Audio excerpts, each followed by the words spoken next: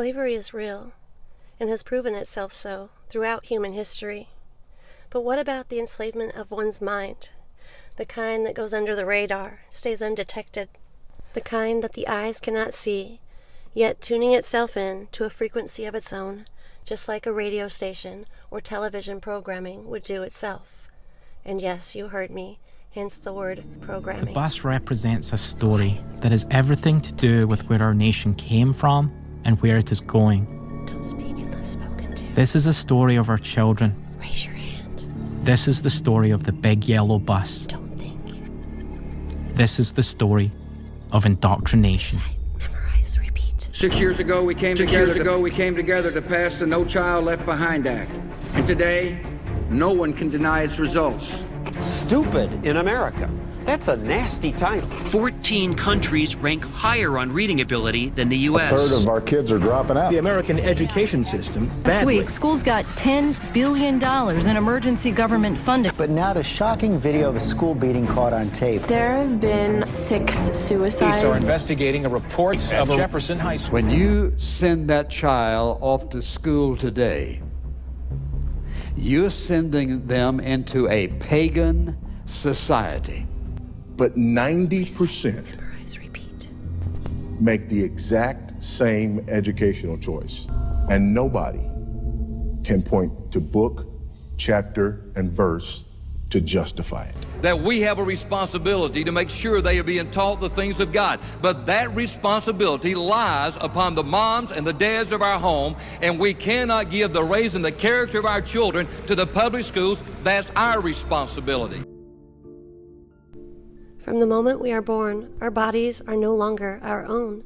Mandated vaccinations are presented as protection, yet they serve as one of the earliest forms of indoctrination, conditioning us to accept that we must comply with medical interventions and without question.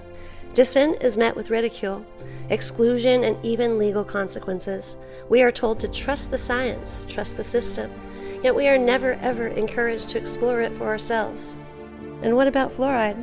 Sold to us as necessary for dental health, it has been pumped into our water supply for decades.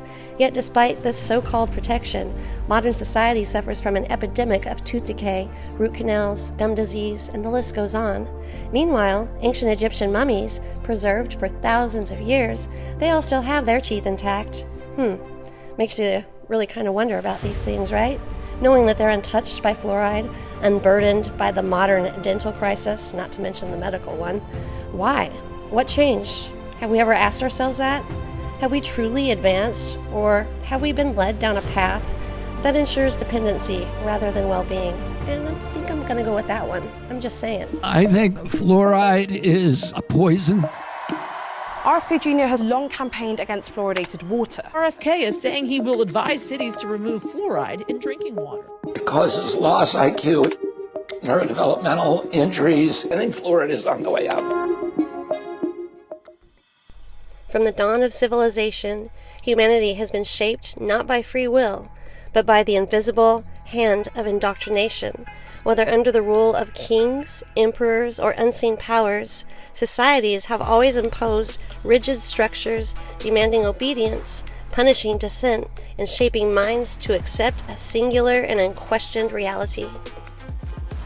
As far back as the Roman Empire, conformity was the key to survival. The Pax Romans, a period of so-called peace, was enforced through military propaganda and a culture that demanded loyalty to the state and to its gods. All these lead one to ask, how does a society maintain this kind of control? Well, the answer has always been the same one, through education, fear, and division. Schools made for submission. It's that simple, yet somehow we've found it that complicated. From an early age, children are taught what to believe and not how to think.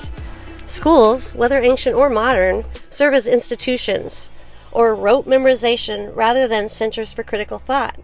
The Persian education system, which inspired modern schooling in the West, was designed not to create thinkers, but to mold obedient workers and soldiers. Does this come as any surprise? Because that's what we've become. Citizens who would follow orders without question. And today, students across the world Well, we sit in rows, listen to authority figures, regurgitate information on command, and then we're rewarded for our compliance, but punished for curiosity. And don't say you can't tell me a thing or two about that, because right up until now, to this day, even as adults, we get punished. Like censorship, hello. I can't tell you how many times I get punished just on a social media platform for not complying with what they say, not voicing my opinion for ways that they think I should, or for things that they themselves believe in, and that they have completely drowned us in with their lies in order for us to just say what they want us to say. And when you break those chains that bind you, you're breaking the enslavement that they've had you in this entire time. So yes, there's punishment for going against the grain, but I'd rather be punished than be anything like this, because it's disgusting. I think what we lack to consider is how history is actually taught. Textbooks are sanitized, omitting uncomfortable truths. We are given a version of events that suits those in power, the powers that be, mind you. We're called to memorize dates and names, but discouraged from asking why. Why wars? Why were they really fought? Who truly benefits from economic systems? And what lies beneath the surface of our political institutions, as well as the earth, for that matter? And those who challenge the narrative, well, who dare to question the legitimacy of our leaders, the ones that told us so, the fairness of their laws, or, the authenticity of their culture. Well, then we get labeled as radicals, conspiracy theorists, tinfoil hat wearing you-know-whats. Hasn't it crossed your mind on how absurd this is? On how wrong it is? Of how unfair it is? And how very enslaved that we actually are? It crosses mine every day, and it has since I was a child. History is littered with examples just as this. The Salem witch trials saw women, many of them independent, eccentric, or simply inconvenient. They were burned at the stake or hanged, all because they did not fit the prescribed mold. The McCarthy era in America blacklisted and destroyed the lives of those who dared to challenge the mainstream political narrative. And even today, cancel culture, social shamming, and political witch hunts serve as modern versions of these old practices. But sadly, society does not just punish nonconformity, it weaponizes division. We are trained from birth to discriminate against those who are different. Nationalism turns countries against each other. Racial and ethnic divides are manipulated to keep populations distracted and divided. Religious extremism convinces one group that the other one is evil. And while the people fight amongst themselves, sadly, those in power remain untouchable. And this should be obvious by now as well. Our history is filled with examples of how the vulnerable have been manipulated and controlled.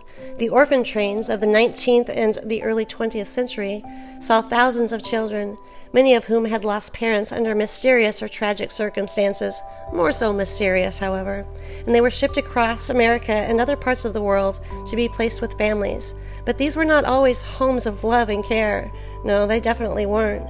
Many children were sent to farms where they were used for heavy and hard labor, and deprived of education, which we didn't want to begin with, but treated as expendable workers, which is sad because, once again, just yet another form of enslavement in this home of the free and the land of the brave. Or is it actually the home of the greedy and the land of the slaves? Yep, once again, I think I'll go with that one. Now I need you to really think about this. The same tactics have been used worldwide.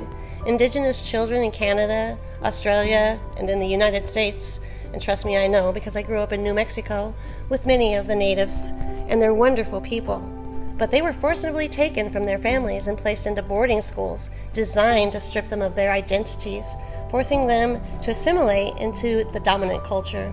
So abuse, indoctrination, and isolation ensured that they grow up as strangers to their own heritage. How could this barbaric behavior ever have been allowed? And how did all of our ancestors go along with it and never once voicing their opinion, speaking up and out? It's time for change. I'm making the change now, and I'm doing it. I'm doing so for not only our future, for not only now, but for those who didn't get to have the chance to have the voice before. And I pray and plead that we all do this together as one, because the difference can be made. The utmost extreme forms of indoctrination involve not just mental conditioning, but physical enslavement, whether through the transatlantic slave trade, the caste system in India, or the forced labor camps of totalitarian regimes. History has shown time and time again how human beings can be dehumanized and molded into tools for the elite. Even in the modern world, slavery exists, but in new forms. Wage slavery, where people are trapped in cycles of debt and economic dependence. Digital slavery, where algorithms manipulate our thoughts and behaviors. And the prison industrial complex, where inmates, many imprisoned for minor offenses, and many of them innocent, are forced to work for pennies while corporations profit. But what happens when people wake up? When they begin to question the structures that confine them? History has shown that those who resist indoctrination face great obstacles, but they also ignite change. Socrates chose death over silence, and the enslaved Haitian revolutionaries, they overthrew their oppressors. The civil rights leaders of the 20th century, they stood against the tide of discrimination, even when the world, the entire world, was against them. And we can do the same. We can make the change. We can break the chains that bind us. Now I know that this fight against indoctrination isn't an easy one, and it requires critical thought, tons of courage, and a willingness to stand alone. And I'm telling you, many of us are doing so now. It demands that we question everything that we are told, that we challenge the systems that shape us, and that we refuse, absolutely refuse, to accept a world that punishes dissent. Because only when we free our minds can we ever truly be free. You see, conformity is not just enforcement from the top down. It is reinforced at every level of society through peer pressure, social norms, and the ever-present fear of rejection, and we all experience that, and many of us daily, I assure you. Those who think differently, who do not fit the mold, become outcasts. But this is when you've got to ask yourself, well, what does it mean to fit in? And is it worth it? Do I really care? Would I want to be anything like them? Would I rather be myself, knowing that I'm true to my nature, true to my being, and most of all, true to my Maker? When you find yourself suddenly awake, and you feel like you're all alone on your journey, I assure you, you are not. There are many of us out there just like you. And it's okay to stand alone. It's okay to be unique. And it's even better to have the voice that others don't have the strength in order to use to speak up and out, that we all as humans, being one, each a brother and sister to one another, the same rights should be equivalent. We all, each of us, deserve good and gracious things. Our Creator did not assign us handlers, and He also did not give us a spirit of fear. He gave us a voice and the power over the rulers and the leaders and the principalities of evil here on earth. Therefore, I'm in the fight. Whoever holds the conch gets to speak. That's the rule. Is this like assembly, sir? Yeah. Except anybody who wants to speak gets to.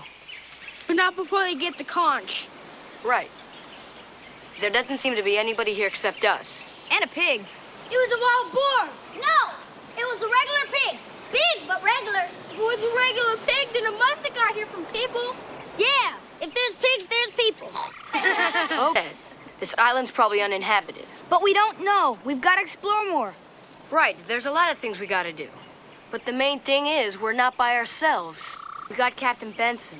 Can I speak? The most important thing is, who knows we're here? Nobody knows we're here. They knew where we were going, but they don't know where we are because we never got where we were going. Where were we going? We were going home. I know many of you have realized that the world has drastically changed. Everything that we grew up knowing about the world, or what we were taught, all seemingly lies. What I'd like to say right here and right now is that we all know that every moment in our lives can affect us in different ways. Now I find myself just trying to understand. All we were asked to do is just trust. Trust in the system. Trust in the indoctrination handed down from generation to generation.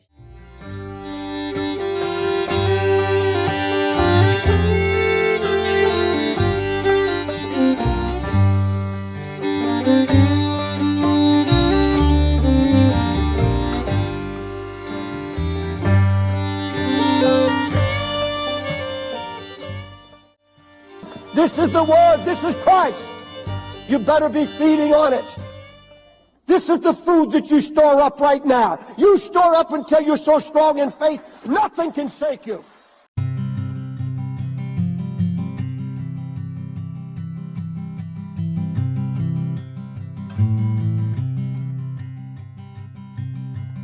Bags are packed, are you ready to go? This time tomorrow we'll be on the road, riding with you into sunnier days. I wouldn't want it any other way.